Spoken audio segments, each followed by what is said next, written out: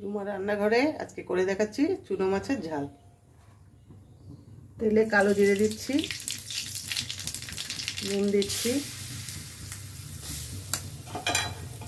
কেটে রাখা পেঁয়াজ আর আলু দিচ্ছি,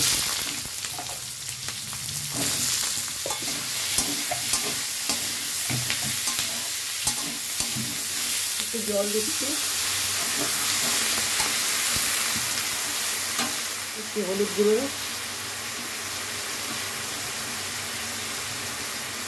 লঙ্কার গুঁড়ো দিচ্ছি, টমেটো আর দেবো জিরের গুঁড়ো।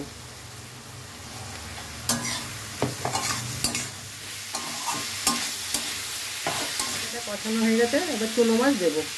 নুন, হলুদ আর লেবুর রস মাখিয়ে রেখেছিলাম।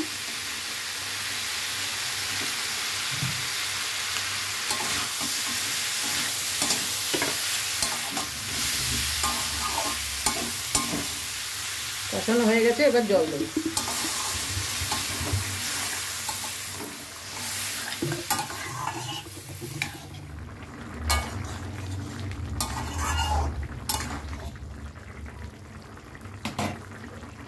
চুনো মাছ আমার হয়ে গেছে।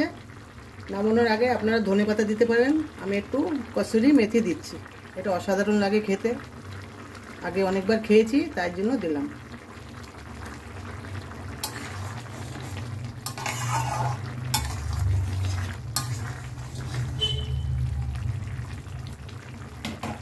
আজকের ভিডিও এতটাই, আবার দেখা হচ্ছে পরের ভিডিওতে। যদি ভালো লেগে থাকে লাইক, কমেন্ট, শেয়ার করে দেবেন আর সাবস্ক্রাইব করে দেবেন।